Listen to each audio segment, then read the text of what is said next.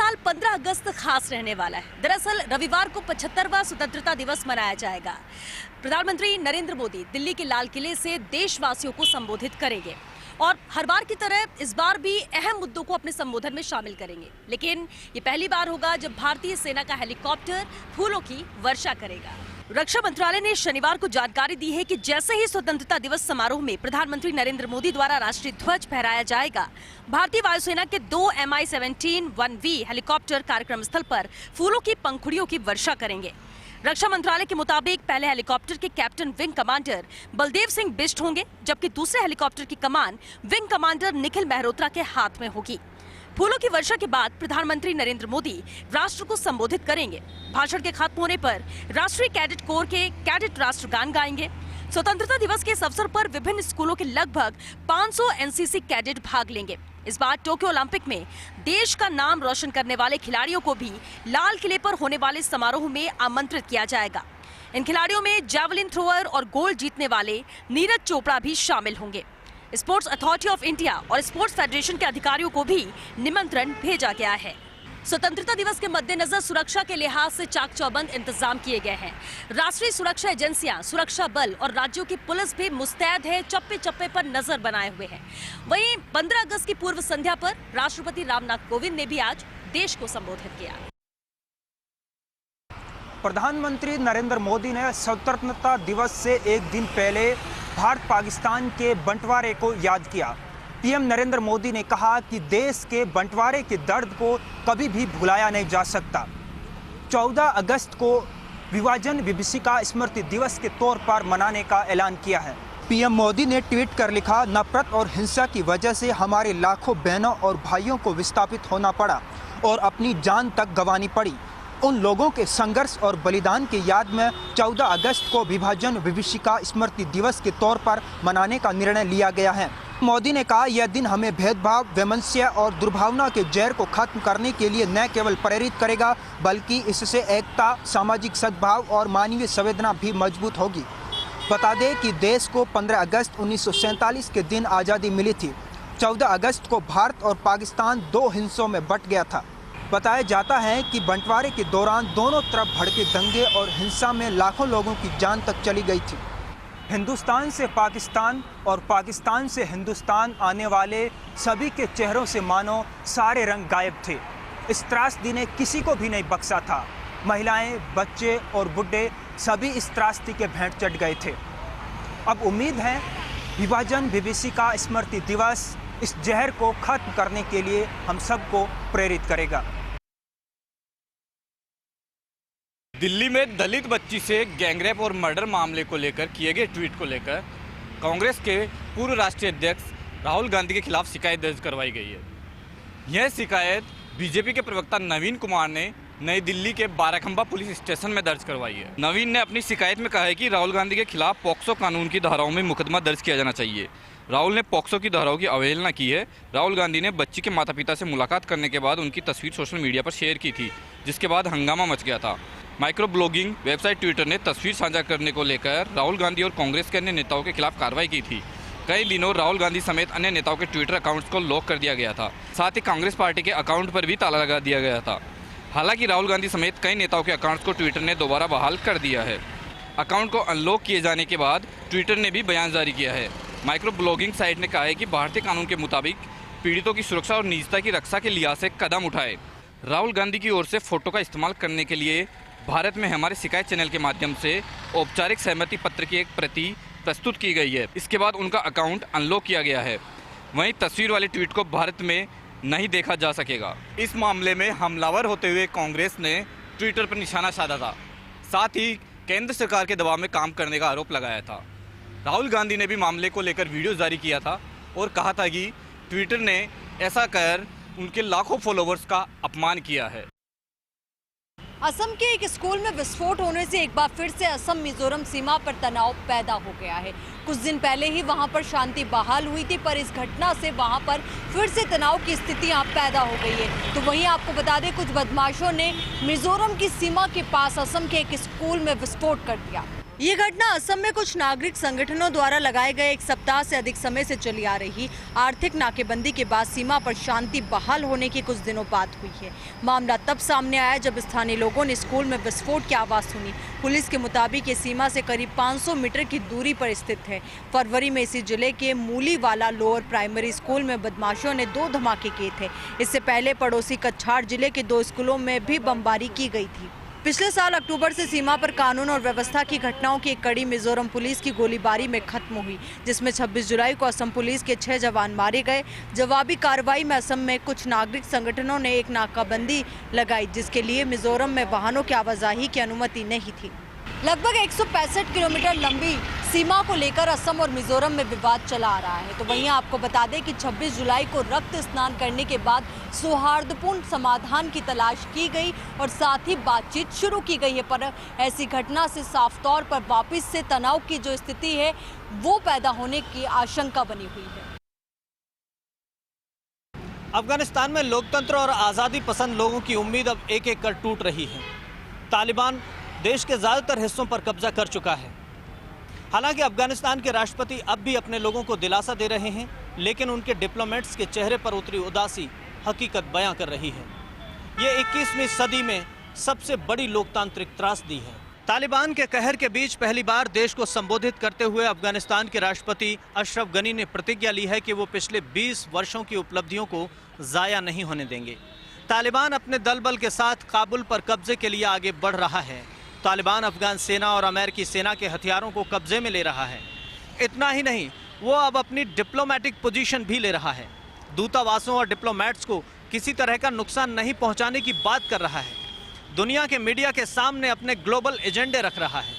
अफगानिस्तान के हालात को लेकर भारत भी बेहद चिंतित है। दुनिया के बाकी देशों की तरह भारत भी अपने दूतावासों के अधिकारियों को वहां से वापस बुला रहा है। अमेरिका ने अपने दूतावास के अधिकारियों को सुरक्षित निकालने के लिए भारी तादाद में सैनिकों को काबुल भेजा है। दुनिया के कई देशों में अफगान शरणार्थियों के बढ़ने की आशंका भी बढ़ने लगी है। अफगानिस्तान को छोड़ने की अमेरिकी जल्दबाजी ने इस मुल्क को मुश्किल और दहशत में डाल दिया है। कमज़ोर अफगानी सेना हालातों का सामना करने में नाकाम रही है। महिलाओं की इज्जत और बच्चों का भविष्य दांव पर है। साधन, सुविधा और शक्ति संपन्न देशों के सामने लोकतंत्र का ये चीरहरण शर्मनाक है। इतिहास इसे जरूर लिखेगा। पूरा देश जहां स्वतंत्रता दिवस की तैयारियों में जुटा हुआ है, इसी बीच जम्मू कश्मीर की पुलिस ने एक बड़ी आतंकी साजिश का भांडा फोड़ दिया।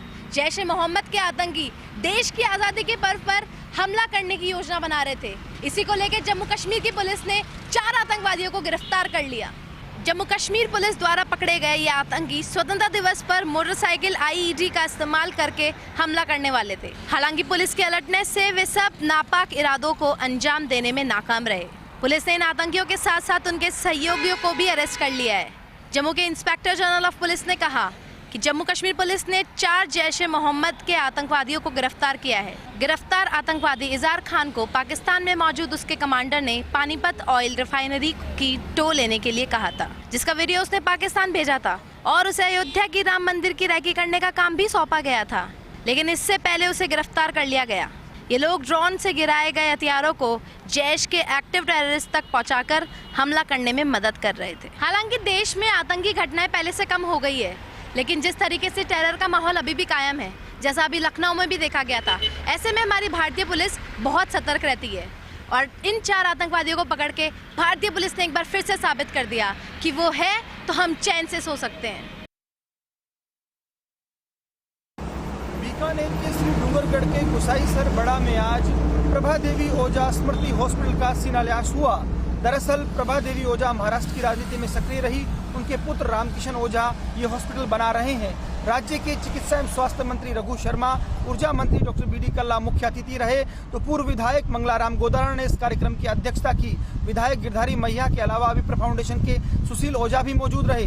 रघु शर्मा ने राहुल गांधी के ट्विटर ब्लॉक होने पर प्रधानमंत्री मोदी पर तगड़ा निशाना साधते हुए कहा कि मोदी सरकार तानाशाही कर रही है, लेकिन सत्य पराजित नहीं हो सकता। इसी वजह से ट्विटर को भी राहुल गांधी का अकाउंट अनब्लॉक करना पड़ा। राहुल गांधी विपक्ष और जनता की आवाज है। साथ ही साथ उन्होंने भाजपा के प्रदेशाध्यक्ष सतीश पूनिया पर भी तगड़ा निशाना साधा। उन्होंने कहा सतीश पूनिया ना 3 में है ना 13 में। दरअसल वो ऐसी बातें कर रहे हैं जिनका कोई औचित्य नहीं है। सरकार को वर्चुअल बताने पर उन्होंने कहा कि वर्चुअल तो प्रधानमंत्री मोदी हैं, अगर ऐसा है तो वो प्रधानमंत्री पर निशाना साध रहे हैं। साथ ही साथ रघु शर्मा ने कहा कि भाजपा में मुख्यमंत्री के कई दावेदार हो गए हैं, जबकि अभी कोई वैकेंसी भी नहीं है। तो वहीं ऊर्जा मंत्री डॉक्टर बी डी कल्ला ने भी राहुल गांधी का ट्विटर अकाउंट ब्लॉक करने को लेकर मोदी सरकार पर निशाना साधे। कार्यक्रम की अध्यक्षता करते हुए मंगलाराम गोदारा ने स्थानीय मुद्दों पर बातचीत की और बिजली पानी की समस्या उठाई। तो विधायक गिरधारी मैया ने स्वागत करते हुए कहा कि यहाँ पर काम हो रहे हैं। तो कुल मिलाकर कहा जा सकता है कि इस कार्यक्रम के जरिए रघु शर्मा ने ये संदेश देने की कोशिश की कि कोरोना को लेकर राज्य सरकार बेहद गंभीर है और तीसरी लहर की चुनौती के लिए भी तैयार है। स्वतंत्रता दिवस की पूर्व संध्या पर जोधपुर में 2 अनूठे आयोजन हुए। पहला आयोजन वो हुआ जब जोधपुर के जयनारायण व्यास विश्वविद्यालय ने पिछले दिनों जब दीक्षांत समारोह किया था, तो अंतर्राष्ट्रीय न्यायालय के न्यायाधीश जस्टिस दलवीर भंडारी को वर्चुअल आधार पर डॉक्टरेट की मानद उपाधि प्रदान की थी। मगर जब जस्टिस भंडारी जोधपुर आ गए हैं, तो आज जोधपुर के सर्किट हाउस में जयनारायण व्यास विश्वविद्यालय के कुलपति पीसी त्रिवेदी अपनी पूरी टीम के साथ पहुंचे और डॉक्टरेट की मानद उपाधि प्रदान करने के साथ उनका अभिनंदन भी किया।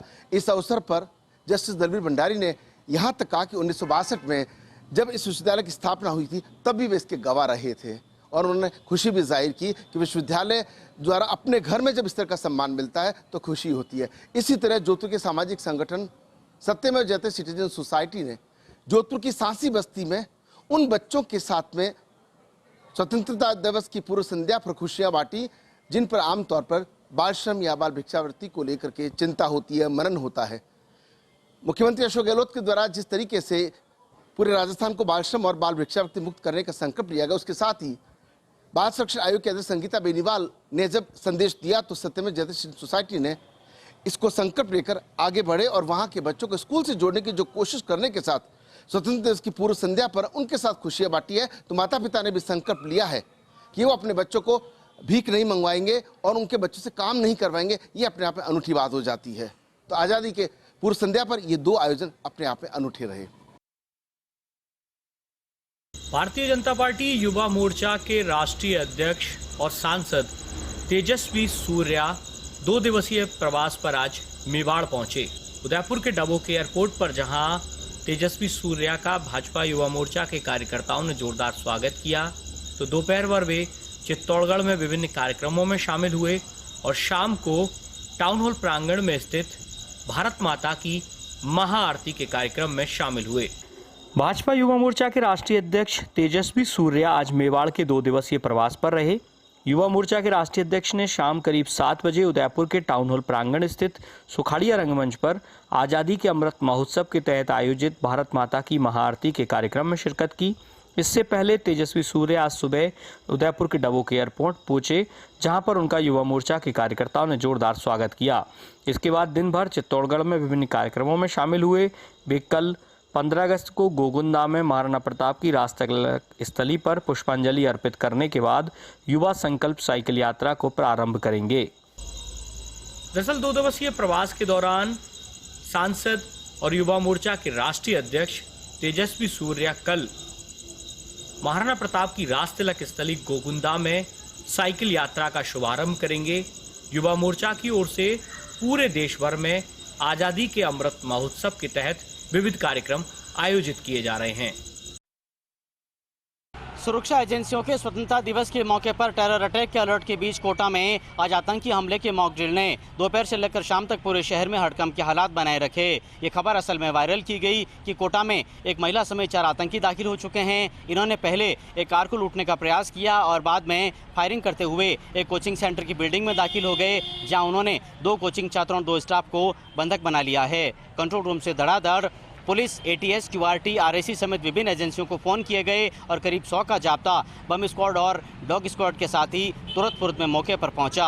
बम निरोधक दस्ते ने भी वहां पर तुरंत जाकर के पोजीशन ले ली और करीब 1.5 घंटे के लगातार ऑपरेशन के बाद आतंकियों को मार गिराने की बात कहते हुए सभी बंधकों को छुड़ा लेने की घोषणा की गई। असल में ये मॉक ड्रिल थी जो ये देखने के लिए की गई थी कि विभिन्न सरकारी एजेंसियों में आपातकालीन स्थितियों में तालमेल कितना है और खासकर रेस्पॉन्ड करने में कौन सी एजेंसी कितना समय लेती है। अब इस मॉक ड्रिल के बाद सभी सरकारी एजेंसियों के रेस्पॉन्स टाइम को नोट किया गया है, जिसके बाद आगे इस पर एक्शन होगा।